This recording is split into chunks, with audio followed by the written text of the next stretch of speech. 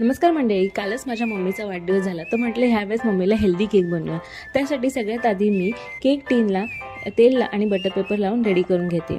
मग एका बाउलमध्ये व्हिडिओमध्ये दिल्याप्रमाणे गव्हाचे पीठ, cocoa powder, baking powder, baking soda आणि चिमूटभर मीठ घालून मिक्स करून घेऊयात। नंतर दुसऱ्या बाउलमध्ये गूळ किंवा गूळ पावडर, तूप, दही, दूध घालून मिक्स करून आपल्या सुक्या मिश्रणात परत मिक्स करून घेऊया।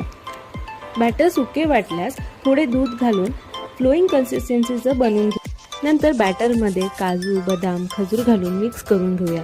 केक टीनमध्ये ट्रान्सफर करून झाल्यावर वरून अक्रोड घालून गार्निश करूयात। केक बेक करण्यासाठी कढई मी आधीच तापून ठेवली होती। आता त्यामध्ये केक टीन ठेवून 40 ते 45 मिनिटं बेक करून घेऊया आणि स्टिकच्या साह्याने चेक करायचं केक झालाय की नाही। तर अशा प्रकारे माझ्या मम्मीने बर्थडेला हेल्दी केक कापला आणि तिलाही तो खूप आवडला।